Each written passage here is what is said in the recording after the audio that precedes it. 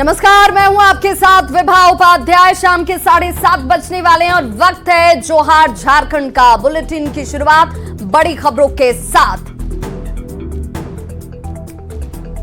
तो सदन में 5 घंटे से विपक्ष के विधायकों का धरना जारी है। विधानसभा के सभा कक्ष की बत्ती गुल, एसी बंद।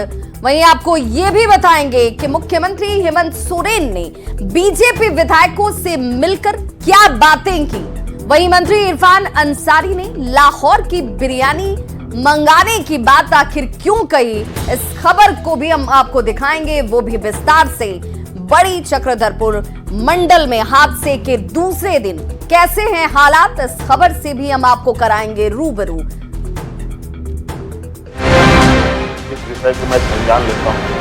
इससे आपको जवाब चाहिए और जवाब नहीं होगा तो आज रात रुकना पड़े या कल दिन रुकना पड़े। 3 दिन है। कार्रवाई 2 बजे अपराह्न तक के लिए स्थगित की जाती है।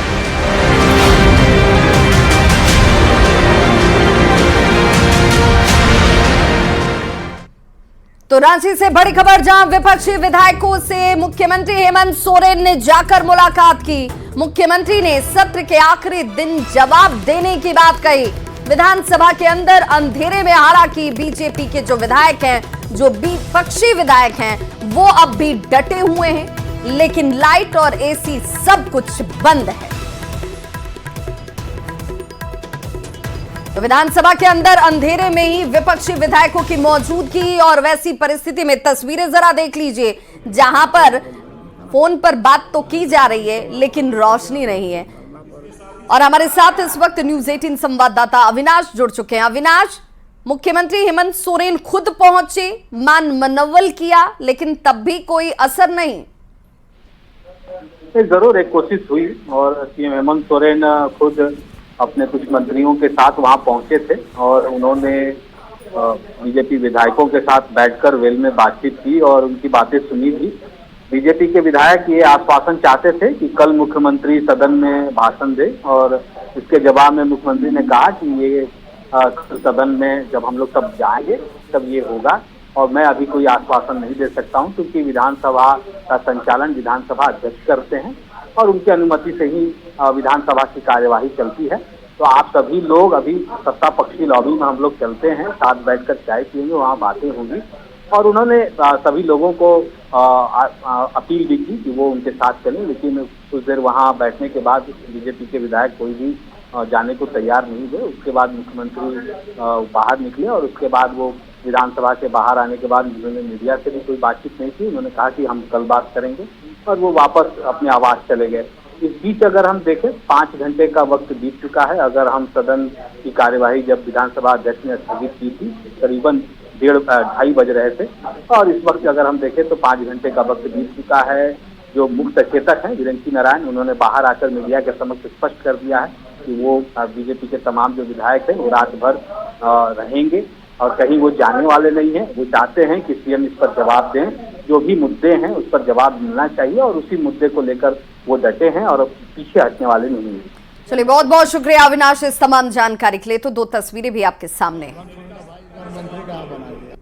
मानवता दिखाते हुए आदरणीय मुख्यमंत्री जी इस सदन से निकलने के पहले उनके पास गए, बैठ के जमीन पर उनसे सारी बातें उनकी सुनी, उन्होंने अपना जवाब भी दिया, और उसके बाद चाय पीने का निमंत्रण सत्ता पक्ष के लॉबी में उसका भी निमंत्रण दिया, लेकिन वो जिद पर अड़े। तो झारखंड विधानसभा के मॉनसून सत्र के चौथे दिन अजीब स्थिति उत्पन्न हो गई। सदन की कार्यवाही अगले दिन तक के लिए स्थगित होने के बावजूद विपक्ष के विधायक सदन के अंदर ही डेरा डाले हुए हैं, जिसके बाद सदन की बिजली भी काट दी गई। देखिए हमारी ये रिपोर्ट। झारखंड विधानसभा में हंगामा क्यों है बरपा? अंधेरे में सदन, वेल में विपक्ष का धरना, सदन में बत्ती गुल, सियासत फुल।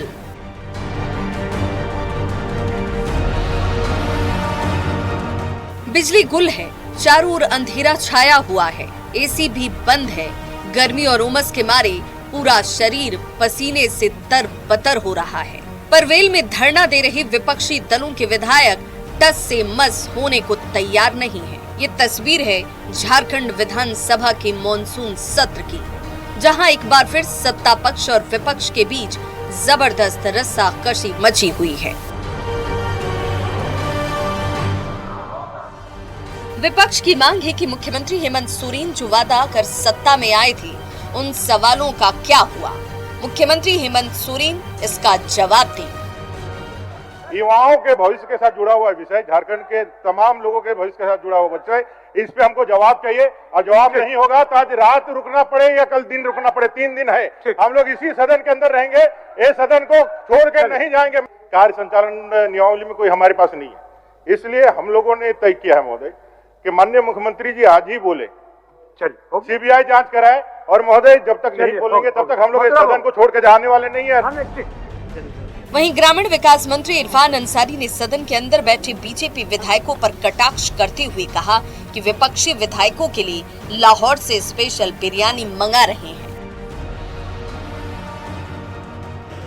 तो मैंने कहा है कि आप लोग बाहर निकल जाइए, और नहीं निकलिएगा तो इरफान अंसारी, अभी मैंने फोन किया है लाहौर, और लाहौर से मैं बिरयानी मंगा रहा हूँ भाया बांग्लादेश, और उन तक मैं पहुंचाऊंगा। तो आखिर इनके पेट में इतना हड़बड़ी क्यों है, पेट में दर्द क्यों है कि नहीं अभी का भी चाहिए? वाही क्यों? आप तो समय जाया कर रहे हैं लोकतंत्र के इस पवित्र मंदिर का, और नाटक नौटंकी और मस्खरी कर रहे हैं, हाँ हाँ ही कर रहे हैं। तो क्या ये लोकतंत्र का पवित्र मंदिर इसकी इजाजत देता है आपको? वहीं हंगामा बढ़ता देख विधानसभा अध्यक्ष ने सदन की कार्यवाही कल तक के लिए स्थगित कर दी। विधानसभा स्थगित होने के बाद भी विपक्ष के विधायक सदन में ही डेरा डाले रहे और नारा लगाते रहे, जिसके बाद सदन के अंदर की बिजली ही काट दी गई और एसी को बंद कर दिया गया। धरना देने को बाध्य हुए विधायकों को विधानसभा में बंधक बना लिया गया, बिजली काट दी गई है, एसी बंद कर दिया गया है, पीने का पानी नहीं दिया जा रहा है, वॉशरूम नहीं जाने दिया जा रहा, चारों तरफ मार्शल लगा दिए गए। जैसे ही मंत्री सदन के बाहर आते हैं, मंत्रियों का गुस्सा सीधे विपक्षी विधायकों पर फूटता है और बताते हैं कि विपक्षी विधायक सदन में नाटक और नौटंकी कर रहे हैं। इरफान अंसारी ने तो यहाँ तक कह दिया कि वो लाहौर से विपक्षी विधायकों के लिए बिरयानी मंगा रहे हैं, लेकिन इन सब बातों को दरकिनार कर, अनसुना कर विपक्षी विधायक सदन से अपना विरोध प्रदर्शन सोशल मीडिया के माध्यम से जाहिर करते रहे और ये बताते रहे कि वास्तव में उन्हें मुख्यमंत्री का जवाब हर हाल में चाहिए। झारखंड विधानसभा का 6 दिवसीय मॉनसून सत्र लगातार हंगामे की भेंट चढ़ रहा है। सत्ता पक्ष और विपक्ष के बीच ऐसी ठनी हुई है कि जनहित से जुड़े सवालों पर चर्चा के लिए समय ही नहीं मिल रहा। विपक्ष राज्य सरकार पर बांग्लादेशी घुसपैठियों को रोकने में फेल होने का आरोप मढ़ रही है, तो सत्ता पक्ष झारखंड में बांग्लादेशी घुसपैठ के आरोपों से साफ इनकार कर रहा है। अब देखना ये होगा कि जनता के मुद्दों पर चर्चा होगी तो कब। रांची से न्यूज़ 18 के लिए संवाददाता संजय सिन्हा की रिपोर्ट। तो सदन के अंदर अंधेरे में नेता प्रतिपक्ष अमर बाउरी ने क्या कुछ कहा है, वो भी सुनिए। हम लोग जब इनसे ये मांग कर रहे हैं युवाओं के संवेदनाओं के अनुसार कि आप इस पर बोलिए, तो एक लास्ट दिन का इंतजार कर रहे हैं कि लास्ट दिन बोल करके हम निकल जाएंगे। इसलिए हम सब लोगों ने फैसला किया है कि इस सरकार पे दबाव बनाए और राज्य के युवाओं के विषय में वो बोले और जनता से माफी मांगे, युवाओं से माफी मांगे विशेष करके। तो विपक्षी विधायकों के धरना प्रदर्शन को लेकर बीजेपी के मुख्य सचेतक विरंची नारायण से बात की न्यूज़ 18 संवाददाता संजय कुमार सिन्हा ने। उन्होंने क्या कुछ कहा है, जरा वो भी सुनिए।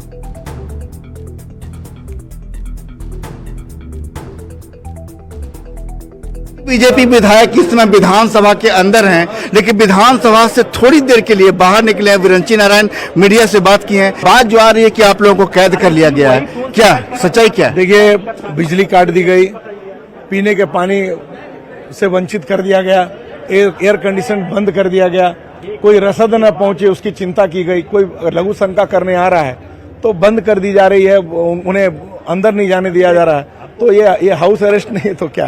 मुख्यमंत्री तो मनाने पहुंचे थे आप लोगों को। मुख्यमंत्री एक राजनीति विशुद्ध रूप से करके चले गए। सदन में हमारे नेता प्रतिपक्ष ने कहा, माननीय सीपी सिंह जी हमारे वरिष्ठ विधायक, उन्होंने कहा कि कल सदन में आप जवाब दे दीजिए। उन्होंने कहा कि परसों जवाब दूंगा। तो राज्य जल रहा है, नौजवान दर दर की ठोकर खा रहा है। आपने झूठे वादा करके 2019 में सरकार बनाई, 5 साल पूरा होने को है, तो आखिर आपको परेशानी क्या है? आप जवाब क्यों नहीं देना चाहते? इरफान अंसारी ने कहा है कि लाहौर की बिरयानी आप लोगों के लिए भेजी जा रही है।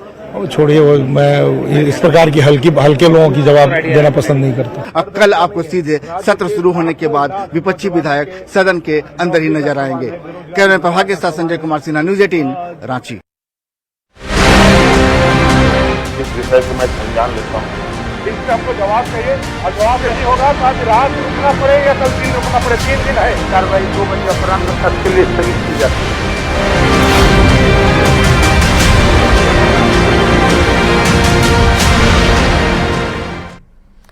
झारखंड में जल संसाधन आयोग का गठन किया जाएगा। सरकार के मंत्रियों का कहना है कि इस पर सरकार रोड मैप तैयार करेगी और हर खेत तक पानी पहुंचाने का काम किया जाएगा। किया है महोदय कि जल संसाधन आयोग का गठन हो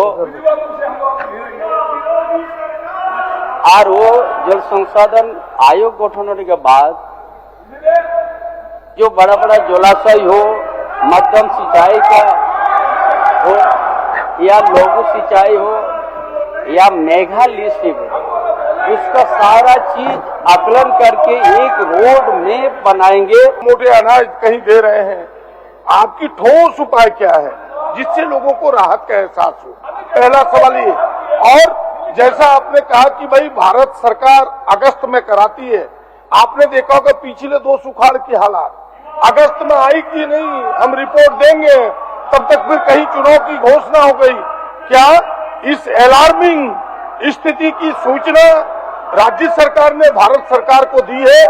लेकिन सुखाड़ की परिस्थिति से आकस्मिक जो हालात बनेंगे उसके लिए हमारा जो कंटीजेंसी प्लान है वो तैयार है। और क्योंकि केंद्र सरकार की तरफ से जो वर्षापात आच्छादन की स्थिति का जायजा करके अगस्त के अंतिम हफ्ते में निर्णय लिया जाता है, वो हम सुखाड़ की परिस्थिति पर तब निर्णय लेंगे। मुख्यमंत्री हेमंत सोरेन से जमीयत उलेमा झारखंड के प्रतिनिधि मंडल ने मुलाकात की। मुख्यमंत्री को प्रतिनिधि मंडल ने उर्दू शिक्षकों की नियुक्ति समेत अन्य मांगों को लेकर ज्ञापन सौंपा और उसका समाधान करने की दिशा में पहल करने का आग्रह किया गया। इस मौके पर मंत्री इरफान अंसारी, कल्पना सोरेन, विधायक प्रदीप यादव समेत कई नेता मौजूद रहे।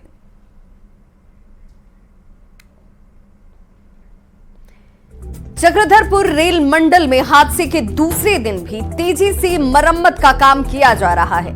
रेलवे की तरफ से घटनास्थल पर ही सहायता केंद्र खोला गया है। मेडिकल की टीम भी घटनास्थल पर मौजूद है और मौके से इस खबर पर ज्यादा जानकारी दे रहे हैं न्यूज 18 संवाददाता प्रभंजन कुमार।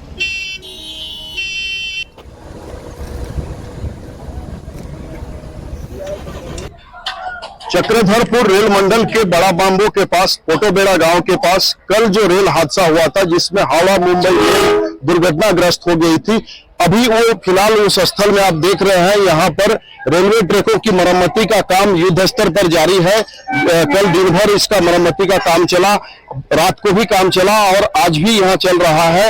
यहाँ ट्रैक जो है अप और डाउन ट्रैक है उसको काफी क्षति पहुंची थी और उसको ट्रैक के जो स्लीपर लंबी दूरी तक बर्बाद हो गए थे उसको चेंज करने का काम चल रहा है। और थर्ड रेल लाइन, सबसे पहले थर्ड रेल लाइन को चालू करने का प्रयास किया जा रहा है। थर्ड रेल लाइन को सबसे कम क्षति पहुंची थी। तो थर्ड रेल लाइन में जो भी मेल एक्सप्रेस के डिब्बे क्षतिग्रस्त पड़े हुए थे उनको साइड कर दिया गया है और बाकी जो 2 ट्रैक है उनसे भी फिलहाल डब्बों को साइड कर दिया गया है, लेकिन ट्रैक को दुरुस्त करने का काम जारी है। आप देख रहे हैं यहाँ बड़े बड़े क्रेन लगाए गए हैं और यहाँ पर डिब्बों को हटाने के बाद अब बाकी जो काम है वो जारी है। हजारों रेल कर्मी इस काम में युद्ध स्तर पर लगे हुए हैं। सभी ट्रेनों का परिचालन पूरी तरह से बंद है। उम्मीद ये जताई जा रही है कि आज शाम तक जो थर्ड रेल लाइन है उसको क्लियर करके उसमें ट्रेनों का परिचालन इस रूट पर चालू करने का प्रयास किया जा रहा है, लेकिन अभी निश्चित तौर पर बताया नहीं जा सक रहा है कि कब तक वो लाइन क्लियर होगा। दूसरे जो 2 रेल लाइन है अप और डाउन रेल लाइन उसे कब तक दुरुस्त किया जाएगा वो आज भी हो सकता है संभवतः कंप्लीट नहीं हो और कल तक समय लगे। रुपेश प्रधान, न्यूज 18, चाईबासा। खबर पलामू से, जहां गड्ढे में तब्दील हुई सड़क की एक ऐसी तस्वीर सामने आई जिसे देखकर आप हैरान रह जाएंगे। आपको हम वो तस्वीर दिखाने जा रहे हैं और खुद से आप सवाल भी पूछेंगे। इन तस्वीरों को देखकर आपको भी लगेगा कि गड्ढे में सड़क है या सड़क में गड्ढा। तस्वीरें आपके सामने हैं। पाटन से नवाजपुर होते हुए पदमा तक जाने वाली सड़क का हाल क्या है? आप कह सकते हैं कि सड़क का हाल बेहाल है। लोग पूछ रहे हैं कि क्या ये भ्रष्टाचार का जीता जागता उदाहरण नहीं है क्या? बताया ये भी जा रहा है कि 2012 में ही 22 करोड़ रुपए की रकम से इस सड़क का निर्माण कराया गया। अच्छी खासी इसमें रकम लगाई जाती है ताकि लोगों को आवाजाही में दिक्कत ना हो। आज इसकी हालत क्या हो चुकी है? लोग सवाल पूछ रहे हैं कि आखिर ये सड़क भ्रष्टाचार की भेंट चढ़ गई क्या? ये तस्वीरें इस बात की गवाही दे रही हैं कि घटिया निर्माण को लेकर सवाल जो खड़े किए जाते हैं वो जायज हैं। गड्ढे में तब्दील हुई सड़क का हाल बता रहा है कि अब यहां पर इसे मरम्मती की जरूरत है। पलामू संवाददाता नीलकमल की रिपोर्ट देखिए। विकास योजनाओं में कितना भ्रष्टाचार है उसका ताजा उदाहरण मैं दिखाने की कोशिश करूंगा। आप देख सकते हैं कि ये पाटन प्रखंड से नवा जयपुर होते हुए पदमा जाने वाली सड़क है, लेकिन सड़क की जो हालात है वो आप देख सकते हैं कि बड़े बड़े गड्ढे में तब्दील हो गया है। ये सड़क कैसा सड़क है? ये काफी लंबे समय से इस तरह का हालात है। बहुत समय से तो रास्ता बहुत खराब है। इस पर नेता विधायक किसी का ध्यान कोई नहीं अभी तक है। 22 करोड़ की लागत से ये बना था, लेकिन क्या हालत है इसकी? बहुत बुरी स्थिति है सर। बहुत परेशानी है हम लोग का। यहाँ करीबन लगता है कि आने जाने में जो 20 मिनट लगना चाहिए, टोटल 50 मिनट लग जाता है नवा आने में पाटन से। इसमें जो गटी उटी भरा रहा था थोड़ा बहुत, उधर ब्लॉक तरफ भराया है, सिर्फ इधर पूरा खाली है, इधर कुछ भी नहीं। डर लगता है आप लोग गाड़ी चलाते हैं तो इसमें डर लगता है। कई बार कितना गाड़ी पलटी खा चुकी है सर इसमें। और ये क्षेत्र में आ रही हूँ और रोड को चाहूंगी कि जो भी यहाँ के प्रतिनिधि हैं उनको ध्यान देना चाहिए कि पब्लिक को आवागमन में कितनी दिक्कत हो रहे हैं। कि आज जो इस सड़क की दुर्दशा है जिसका सामना लोगों को करना पड़ता है और जान जोखिम में डालकर इस सड़क से लोग गुजरते हैं। नीलकमल, न्यूज 18, पलामू। और ऐसे में न्यूज 18 ये सवाल पूछता है कि आखिर 22 करोड़ की ये सड़क बर्बाद कैसे हो गई? क्योंकि 22 करोड़ रुपए खर्च किए गए थे, अच्छी खासी रकम। क्या सड़क बनाने में भ्रष्टाचार हुआ? और ऐसी सड़क जो हादसे को आमंत्रण देती है, उस सड़क पर प्रशासन की नजर नहीं पड़ती क्या? क्या एक्शन पथ निर्माण विभाग लेगा? क्या इंजीनियरों पर कोई कार्रवाई होगी? क्या ठेकेदार पर कोई कार्रवाई होगी?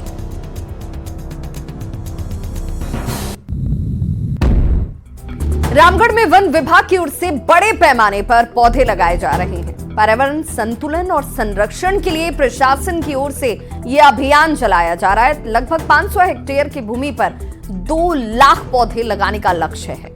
फलदार, छायादार और इमारती पौधे जो हैं वो यहाँ लगाए जा रहे हैं। पौधा लगाने के साथ साथ इसे सुरक्षित और संरक्षित रखने के लिए लोहे और प्लास्टिक से बने पीवीसी गैबियन भी यहाँ लगाए जा रहे हैं।